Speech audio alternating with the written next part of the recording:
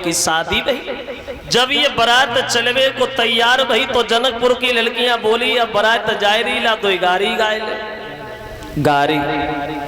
वैसे क्षमा करें गाली वाली परंपरा तो आज भी हमारे यहाँ चल रही है। शादियों में गालियां गाई जाती, महिलाएं गाली गाती, मगर पहले ऐसी गाली नहीं गाई जाती थी जैसे आजकल गाली गाई जाती।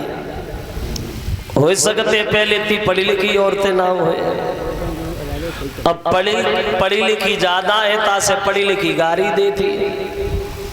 अगर कथा भागवत में लोगों से कहो कि कीर्तन बोलो तो कोई नहीं बोलती क्योंकि शर्म लगती है। और जेई औरतें काव को तेल ताई हो फिर देखो झटका है ना के इन लोगों को पता ना कमेंटी ना घूम जाए कौन सो चैनल पकड़ ले कहां से बोलना शुरू हो जाए। अब विध विधान परंपरा के साथ सबने गालियां गाई हैं और सब भोजन करने के बाद ये राम की बारात चली आई है अयोध्या में। अब देखो कहां दशरथ एक एक पुत्र के लिए तरस रहे थे, आज दशरथ के घर में चार चार कुल बधुएं घूम रही हैं। जब से राम ब्याहे घर आए और नित नव मंगल मोद बधाए, बड़ा आनंद है। तो दशरथ ने एक दिन अपने मन में एक बहुत अच्छी बात सोची। क्या सोचा जरा गौर से सुनना। दशरथ ने सोचा अब हमारा परिवार बड़ा हो गया, किसी से झगड़ा ना हो जाए, किसी से लड़ाई ना हो जाए, तो अपनी तीनों पत्नियां बुलाई और पुत्रों की चारों पत्नियां बुलाई, वो अपने पास बिठाई और सबको बैठाल करके समझाई और कहा है सुनो कौशल्या, तुम घर में सबसे बड़ी हो, इसलिए हम एक बात कहना चाहते हैं। क्या नियम है सास का बहू के लिए और बहू का क्या नियम है सास के लिए? कैसे रहना चाहिए सास को बहू के साथ और बहू को कैसे रहना चाहिए सास के साथ, ये हमारी माताएं बहनें ज्यादा ध्यान दे। अगर लत्ती लड़ाती हो तो अब ना लड़े।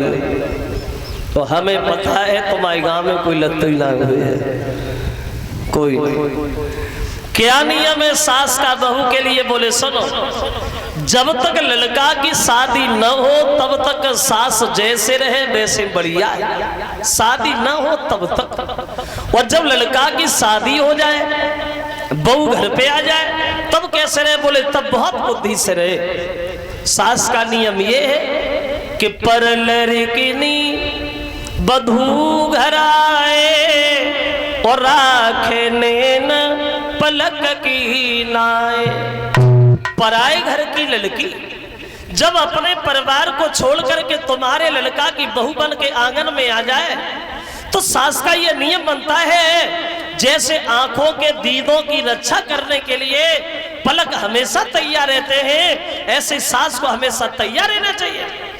पहले बहू की तरफ देखे, हमारी बहू किसी बात से परेशान तो नहीं है, किसी बात से दुखी तो नहीं है, फिर खुद की तरफ देखे। पहले बहू को देखे फिर खुद को देखे।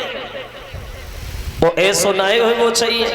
बहू तो घरे फटी हुई धोती पहने और सास में दिया लगा के गाँव में घूमे। बोले नहीं, ये नियम है सास का।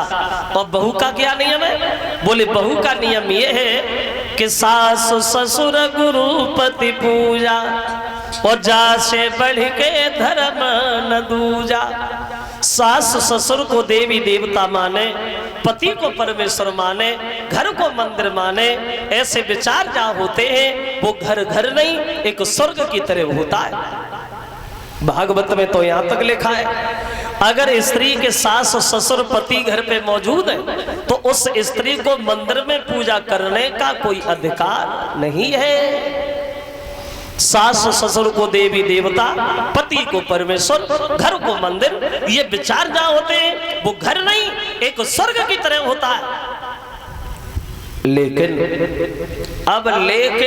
अगर मगर किंतु परम तो इनका मतलब कुछ अलग है। पहले सास ससुर की पूजा होती थी, अब वैसे पूजा तो आजकल भी होती है लेकिन पहले ऐसी पूजा नहीं होती थी। अब अंतर ये आ गया, पहले वे छोटी माई अगरबत्ती लगाई जाती थी, अब वे लंबी माई उठाई जाती है। ये बढ़िया है, मैं तो देखता रहता हूँ, घूमता रहता हूँ इधर उधर। अब बहुअन को देखो शासन से वो नित उठ के रारे मचाती है, वो घर को जितनो काम काज सब बुढ़ियन तय करवाती है। अब घर को खाना नी को न लागे होटल को मोहबाती है, तो पति से बातों बाहर गई वो जे उल्टो रुआ जमाती है। अब वो जमाना आ गया तो दशरथ सबको समझा बुझा करके घर में रहने लगे। अब शादी के 1 साल बाद भरत जो थे ये ननिहाल में चले गए, 1 साल बाद। और शादी के 12 साल 3 महीना बाद राम के राज तिलक की तैयारियां शुरू होती हैं अयोध्या। 12 साल 3 महीना बाद अब इधर 1 साल बाद भरत ननिहाल में निकल गए और 12 साल 3 महीना बाद राम के राज तिलक की तैयारियां शुरू हो गई। वहां 12 साल 3 महीना बाद एक लाइन बहुत जल्दी में सुना।